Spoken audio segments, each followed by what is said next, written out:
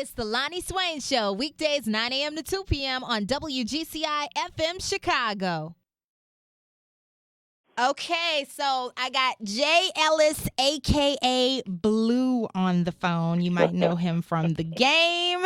You might know him from those scenes where he was snuggling and cuddling up with Lauren London, a.k.a. Ciara, or Sierra. So you've had some pretty steamy love scenes and some pretty hot chicks you've hooked up with on TV so far already on The Game. So how was that for you? It's not bad. I won't lie. I can't complain. I've been really, really lucky, I guess, is the best way to put it. Now, would that make you nervous at all? I mean, this is Lauren London. It's Sierra. Nah, I was nervous to meet Sierra. I mean, anytime you go into a situation where you have to be in someone's personal space like that and you do not know them personally at all, you never know what you're going to get with someone. But luckily, Sierra turned out to be an absolute sweetheart. We were able to talk through everything and what she was comfortable with and what I was comfortable with. And, it made for an easy scene. And the same thing with Lauren. I met Lauren months before we actually started.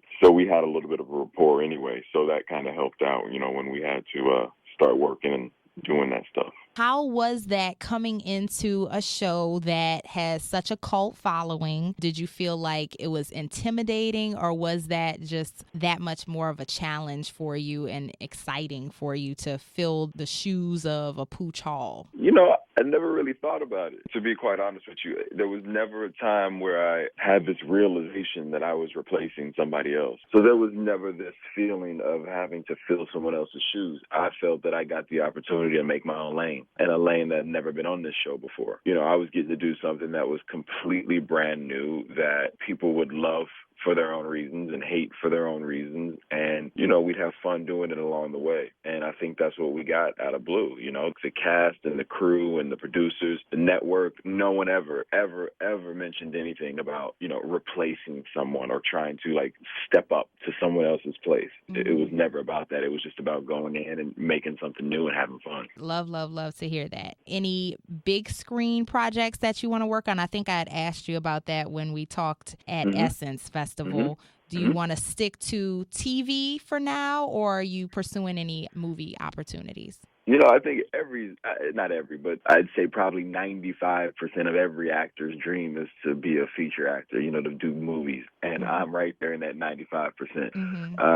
That is what I want to do. That is what I will do. So, right now I'm doing a little indie Christmas feature with Tatiana Ali and Jordan Spart, producing 2 films. Both are in different levels of pre-production. One will go later this fall. Another one will go right at the beginning of next year. Congratulations. Thank you.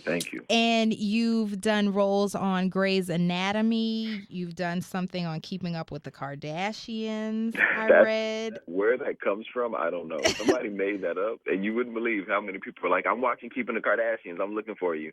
What about Millionaire Matchmaker? Strike 2. Because I was going to say, were you the millionaire trying to get matched up with somebody? That is on your IMDb bio. I would take that with great pride if I was the millionaire.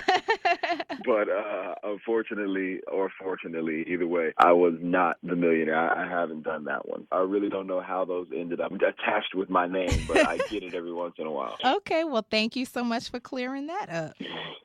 Family and friends, what have they been saying in response to watching you? Are they like, oh my God, I can't believe you act like that as an actor? Or is it so off from your personality? Or are they like, oh yeah, that you act like yourself? Yeah, I had a really good friend of mine tell me this yesterday. She was saying, she's like, it's just amazing to me. She's like, especially after watching those first couple of episodes, she's like, you were just an asshole. She's like, why would anyone even want to know you? And then she's like, but you're such a different person than that. But there are similarities. She's like, you're a sweet dude, you're a nice dude. She's like, but that arrogance. She's like, oh my God. So I think, but on the flip side of that, my parents are like, yeah, we knew you had it in you. We always knew you was going to be an ass. I'm like, come on. But, a lot of people are friends, close friends, people who I've known for, 20 years and family. They always feel as if I always feel even watching, like I'm having an out-of-body experience watching myself on screen. And I think they have the same feeling, especially if I'm sitting in the room.